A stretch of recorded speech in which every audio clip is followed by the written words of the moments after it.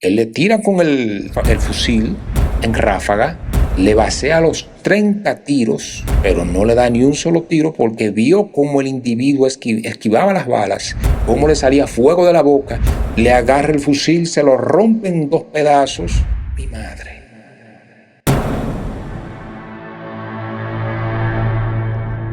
Corría el año 1987. El sargento Cruzeta nos está contando la historia en el año 2002, en el área de entrenamiento, en el campamento Charlie, área de entrenamiento Guaraguao. Nos cuenta la historia que él vivió como protagonista junto a 90 soldados en un bivacle desde Constanza hasta Dajabón en el año 1986, 16 años antes, cuando él estaba haciendo el curso de cazadores, y como una de las exigencias del curso hay una caminata, que es a lo que se le llama un bivacle. Desde Constanza puede ser a Playa Caracoles, puede ser, en este caso como lo hicieron, a Dajabón. Los soldados, los reclutas que están para hacer ese entrenamiento, ya están preocupados.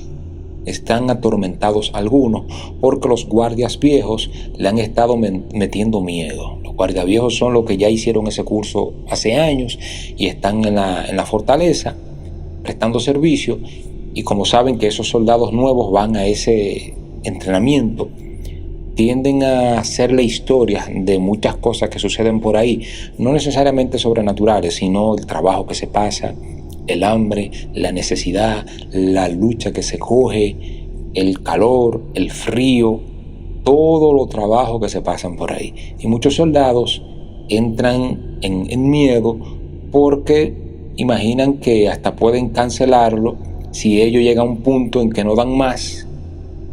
Entonces, como una especie de sanción, incluso ejemplo para los otros, lo cancelan. Porque les recuerden que el entrenamiento es como una preparación para la guerra. En la guerra, cuando se va a una misión y un soldado se niega a cumplir con una misión o se niega a continuar con una misión, el deber del jefe de grupo de la unidad, ya sea del sargento o del comandante, del teniente, es poner un ejemplo con ese soldado. Y el ejemplo en guerra es eliminar ese soldado, fusilar ese soldado, para que sirva de ejemplo a los demás de que no pueden echarse para atrás.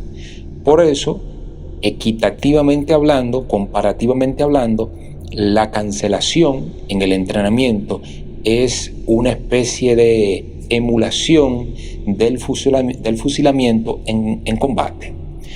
Entonces, muchos soldados por eso se preocupan. Obviamente Cruzeta fue uno de los que tuvo sus inquietudes, a pesar de que él era el jefe de grupo. Cuando en un entrenamiento a un soldado se le elige como jefe de grupo, es porque el soldado tiene actitudes de liderazgo, y dentro de esas actitudes de liderazgo está la destreza, las habilidades y la resistencia en las actividades físicas, en el ejercicio y las pruebas. Obviamente, quiero decir con esto que Cruzeta en aquel momento no tendría miedo o preocupaciones por lo duro del entrenamiento, sino quizá por la comida, entre otras cosas, que de hecho él la manifestó. Cuando se están preparan sus pertrechos para la caminata, sus mochilas, sus platos, sus jarros, cucharas, la ropa interior si van a llevar, y sobre todo la comida que puedan llevar, aparte de la comida que le pueda dar la institución como tal, si llevan comida disponible para la caminata, pero que por lo regular ese tipo de caminata no llevan una comida disponible, porque como emula la guerra, una unidad que se vaya dándole seguimiento a otra unidad, a un monte, no puede esperar que lleven un equipo de cocineros que le esté cocinando 3 veces al día.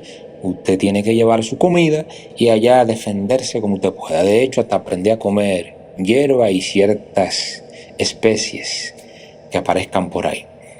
Entonces Cruzeta, como no está en guerra, él, digamos que la comida es una de sus preocupaciones y las municiones.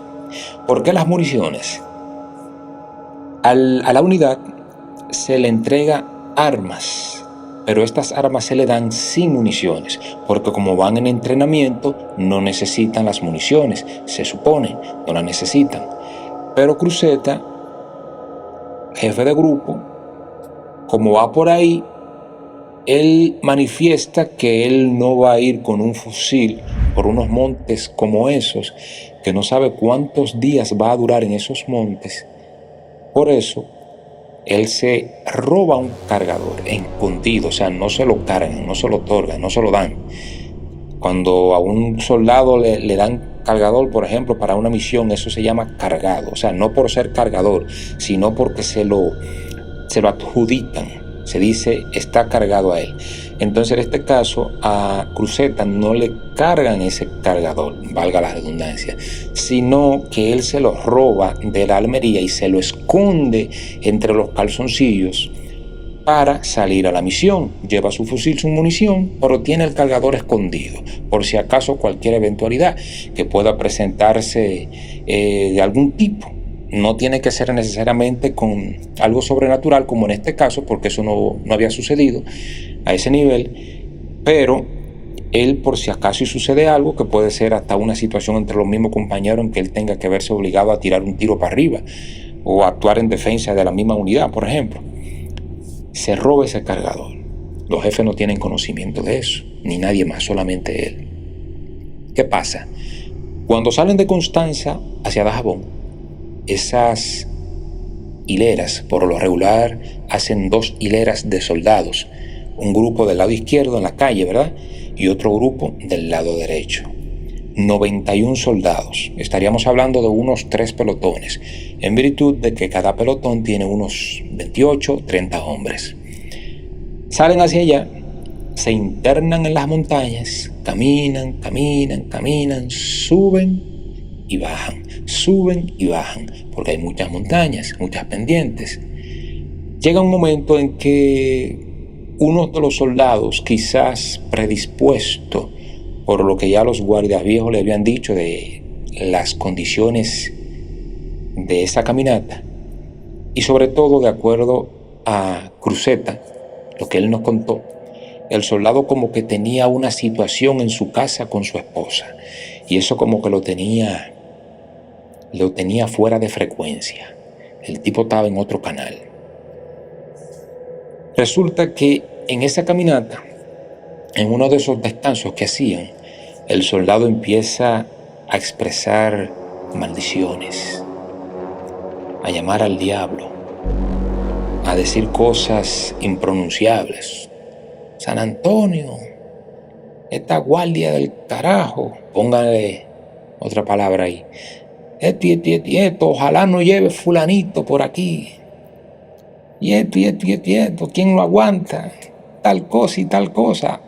Todos esos adjetivos son, llamémosle, sustituyen las palabras reales del soldado, porque fueron palabras impronunciables, en virtud y poderosas. Había mucha energía en esas palabras, razón que llevó a que más adelante sucediera lo que sucedió. Bueno, ¿qué pasa? Otros soldados siguen caminando, siguen subiendo, siguen bajando, se comen sus cositas y quizás ahí empieza la desesperación a incrementarse porque ya se está pasando hambre. Y usted sabe que cuando hay hambre y usted está haciendo una actividad que requiere mucho esfuerzo físico de su parte, como que uno a veces medio se desespera.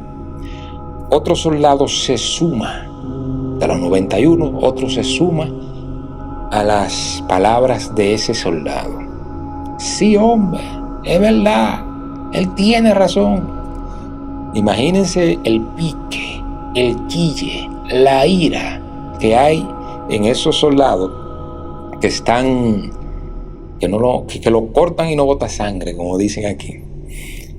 El sargento intenta, no es sargento en aquel momento, es sargento cuando nos está contando la historia en el año 2002. En aquel momento él es jefe de grupo. Como jefe de grupo él está intentando calmarlos. Señores, cálmense. La guardia es así, ¿qué guardia ni guardia? Esto y aquello y tal cosa, echando maldición. ¿Qué pasa? Siguen caminando.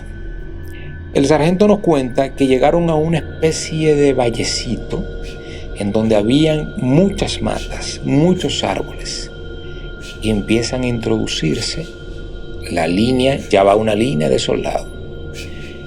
Él, como jefe de grupo, va adelante.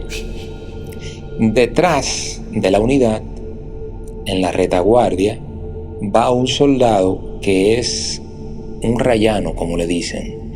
Un rayano es un soldado, es una persona que es dominicana, pero de ascendencia haitiana, y incluso habla medio cruzado, habla como con el acento haitiano.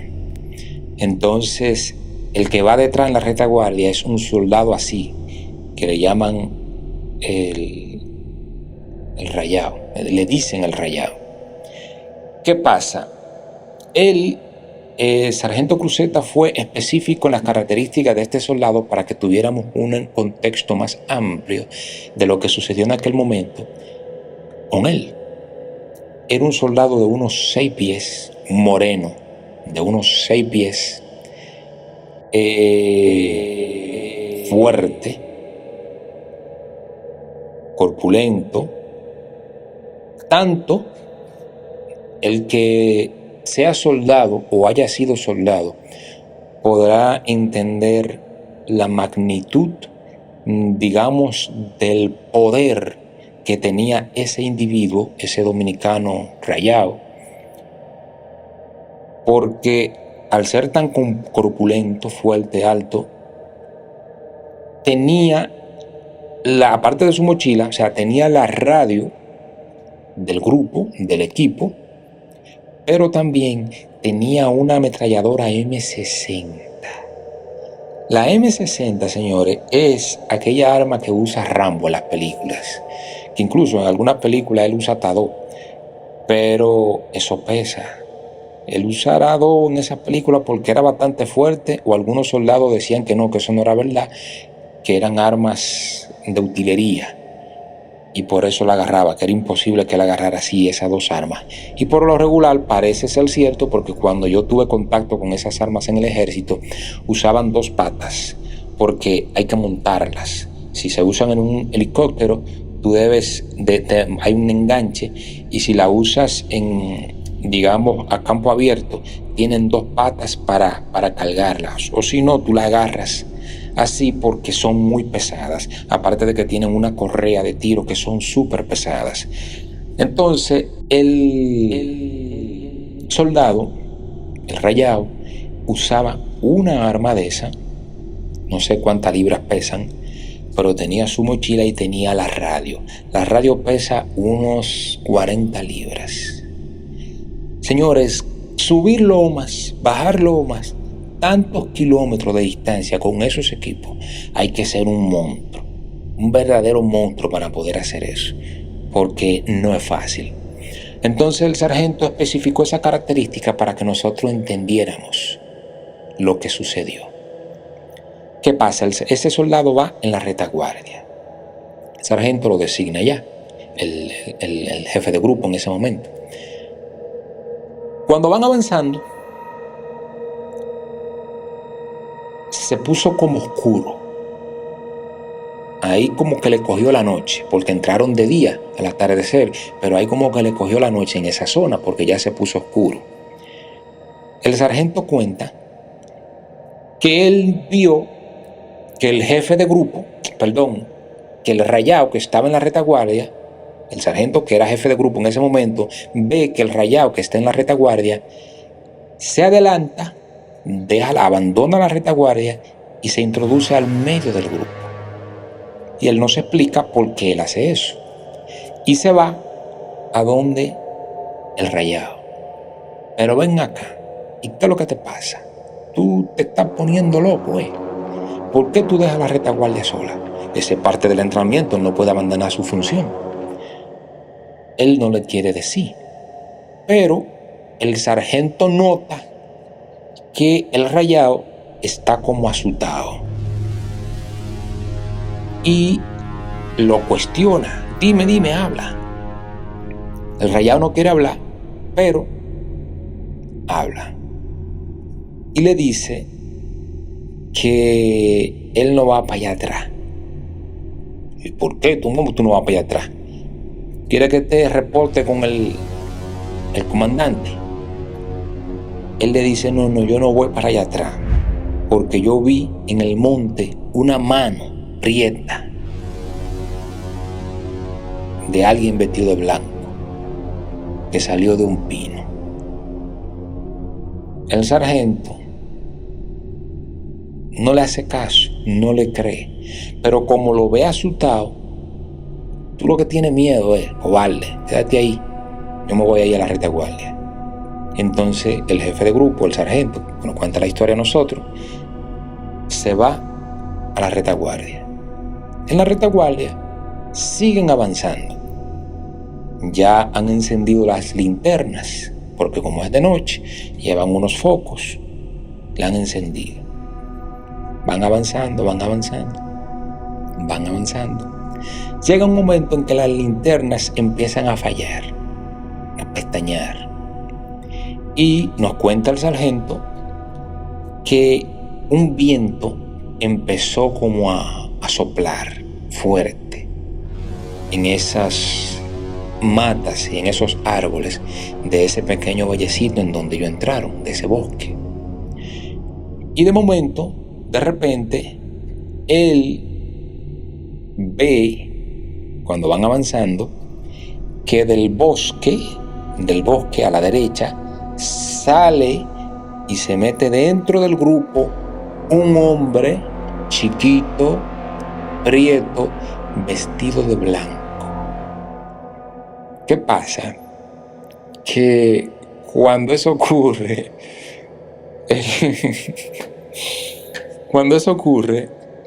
el rayado, el soldado, el fuerte, ¿verdad?, sale corriendo y todo el mundo sale corriendo con él. Salieron corriendo para adelante. Él corre hacia el medio del grupo. Cuando llegan allá, recuerden que hay una serie de factores que de hecho en ese momento como en la película, tal cual como en la película, en ese momento todos esos factores conjugaron y se incrementaron. Las linternas se apagaron, el viento sopló entonces en su buena, todo el mundo salió corriendo, el juidero, y cuando el sargento de grupo llega allá, ven que el tipo entonces salió del grupo y se fue hacia el otro extremo del bosque. Pero todo el mundo asustado porque el tipo era como era una persona normal, pero como que era feíta. Salió corriendo. Entonces, cuando él llega allá, que mira para donde cogió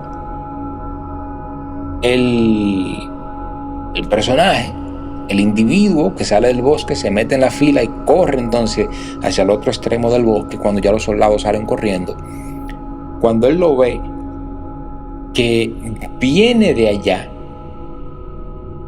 ve que el individuo viene creciendo de tamaño, va creciendo de tamaño, pero a medida que crece va hablando. Mientras habla, cuenta el sargento que nos contó la historia a nosotros en el 2002, que en aquel momento él era jefe de grupo, el sargento Cruzeta. Él ve que el individuo viene hacia él hablando, diciendo cosas, y en ese momento cuando él ve que va creciendo, que va diciendo muchas cosas que él no entiende, ve que le sale fuego, como fuego de la boca a medida que habla. El tipo no lo piensa dos veces, saca su cargador que lleva entre el calzoncillo, se lo pone al fusil y le dispara en ráfaga.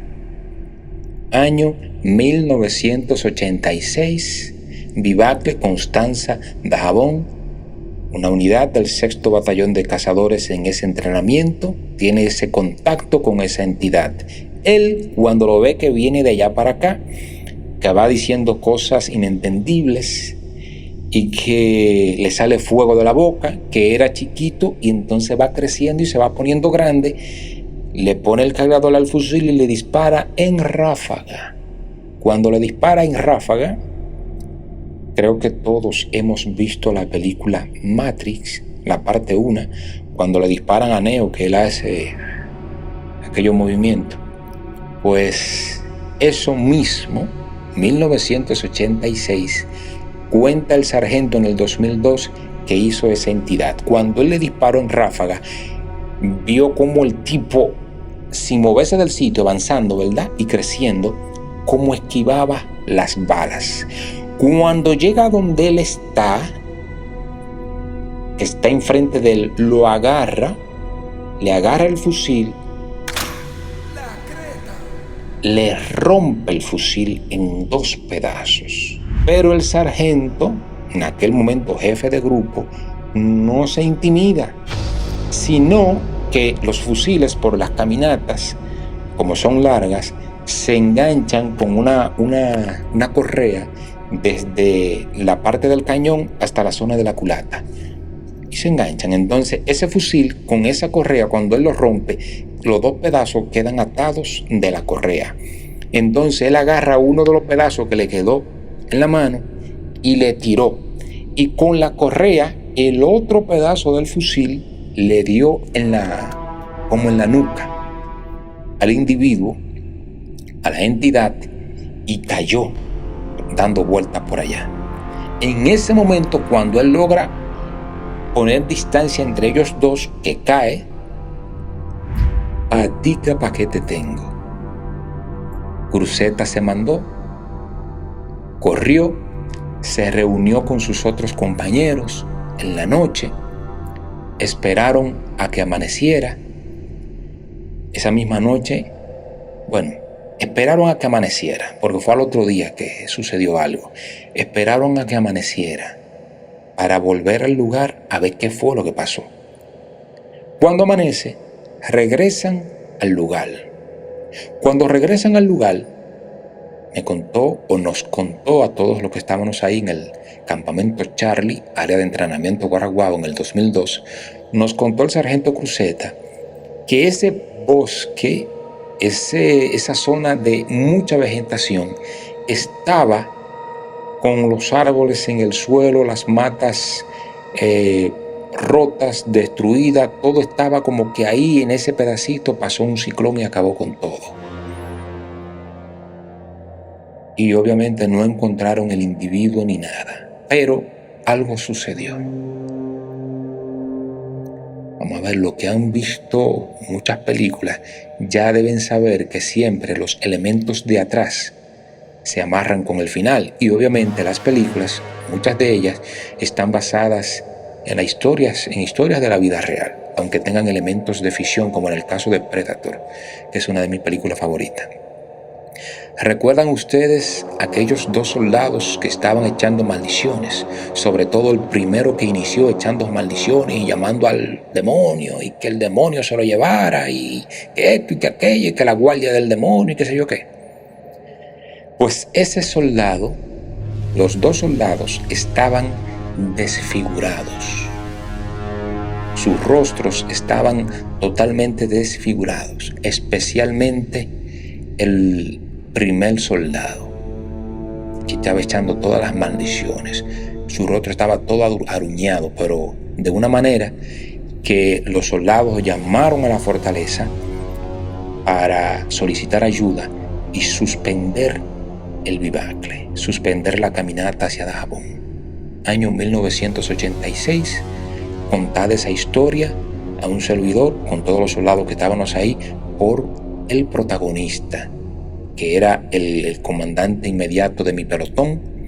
En el 2002, el sargento Cruzeta fue el que vivió esa experiencia, peleó con esa entidad, y digamos que en virtud de cómo quedaron los otros 2 soldados, él la venció. Porque cuando él le tira con el fusil en ráfaga, le basea los 30 tiros, pero no le da ni un solo tiro porque vio cómo el individuo esquivaba las balas, cómo le salía fuego de la boca, diciendo palabras inentendibles, que lo único, dice el sargento Cruzeta, que entendió una sola palabra o una sola oración, fue: yo soy un guardia. De todo lo que él dijo, él nada más entendió: yo soy un guardia. Todavía no hemos podido entender por qué él dijo eso y qué relación tenía. Pero pequeño, creció. Mientras crecía, iba hacia el sargento diciendo cosas inentendibles, botando fuego de la boca. El sargento le dispara en ráfaga. No le pega un solo tiro porque el individuo la esquiva todas como tipo Matrix. Le agarra el fusil, se lo rompe en 2 pedazos. Mi madre. Entonces esos otros 2 soldados quedan con los rostros desfigurados por el mismo demonio. La fortaleza suspende el vivacle, buscan los soldados, pero algo sucedió. El acontecimiento fue tan fuerte, fue tan increíble, tan fuera de lo común, tan de película, que esto que le voy a contar, yo lo confirmé en el 2010. ¿Por qué lo confirmé en el 2010? Porque en el 2010, en mi pueblo de origen, yo tenía un programa de televisión por cable local llamado En Otra Dimensión, que trataba temas paranormales y diferentes cosas, como bien lo dice el nombre, en otra dimensión, estaba a otro nivel. Y un día quise hacer un programa sobre ese tema, sobre esa historia que ya conocía desde el 2002. Y para eso investigué. Y resulta que en ese momento muchos de los protagonistas de ese episodio estaban vivos. Y aún hoy día están por ahí. Cuando yo fui y hablé con el primero, una persona que tenía un colmado, voy a hablar con él y le cuento la historia. El señor como que se salió del centro, como que le llegó a la memoria algo que él estaba programado para olvidar, y no me quiso decir nada, absolutamente nada. Bueno, sí me dijo algo. Me dijo: si tú quieres, ve y habla con fulano, que también estuvo ahí. Cuando él me menciona a esa persona, yo dije: ¿cómo? ¿En serio? Sí. Yo me sorprendí, porque esa persona, no voy a decir el nombre, no puedo decir el nombre, ni debo decirlo, pero sí le puedo dar una referencia. Creo que ustedes deben conocer a Pedro Martínez, el pelotero. Pedro Martínez, que ha sido uno de los mejores peloteros dominicanos en grandes ligas en Boston, muchos de sus buenos lanzamientos como pitcher se lo enseñó ese personaje, ese individuo que estuvo en esa unidad que se enfrentó a esa entidad demoníaca en el año 1986. Sí, señores, esa persona que le enseñó muchos de esos lanzamientos a Pedro estuvo ahí. Él era pelotero. De hecho, después creo que fue después o antes, no sé, realmente no sé si fue después o antes de ser soldado que entró. De hecho, debió ser antes, porque después todavía él siguió en la institución. Creo que ahora está pensionado. Pero esa persona le enseñó muchos de sus lanzamientos a Pedro Martínez. Es alguien muy, muy conocido, que para muchos sería increíble pensar que él estuvo ahí. Yo fui, hablé con él y le pregunté y le dije lo que quería hacer, que era un programa de televisión. Y él fue un poquito más, digamos, explícito en cuanto a las cosas que me comentó. pero manteniéndose fiel a un código que aparentemente la fortaleza creó con esos soldados en el 1986, de que nunca, bajo ninguna circunstancia, debían decir nada de esa historia, entiendo yo, al mundo civil, porque el sargento Cruzeta nos la contó a nosotros, pero éramos soldados. Entonces, esa otra persona, ni el otro que estaba en el colmado, me quisieron decir nada en detalle, sino el pelotero, ese me dijo como que no podían hablar de eso. Yo entiendo que era para mantener la integridad y la imagen de la institución, porque imagínense, ese ser le dio agua de beber a esa unidad completa, y como quien dice, no pudieron hacer nada, excepto Cruzeta, que sí fue un héroe porque se la quitó de encima. Con relación a esos acontecimientos, esas entidades y esas fuerzas del más allá, que atacan no solamente a soldados, sino también a civiles, y que son fuerzas sumamente poderosas, y hablando de grupos, sobre todo, eso me recuerda una historia que me pasó a mí. En el año 2003, me sucedió algo junto a tres amigos, que uno de ellos se encontró sin explicación, que no se sabe quién la puso ahí, cómo llegó ahí, una ouija, o como algunos le dicen, cuija, el juego de la cuija, en uno de los vehículos de su casa. Cuando encuentra esa cuija, él nos invita a jugar. Lo que pasó con ese juego, en esa ocasión, a ese grupo de amigos, que queriendo hacerlo con más valor y de una forma más atrevida, decidimos hacerlo a las 12 de la noche de un viernes, que supuestamente los viernes y los martes son los días de las fuerzas oscuras. Lo que pasó ese día, ustedes deben conocer, pero eso será en el siguiente capítulo. Grandes historias dominicanas.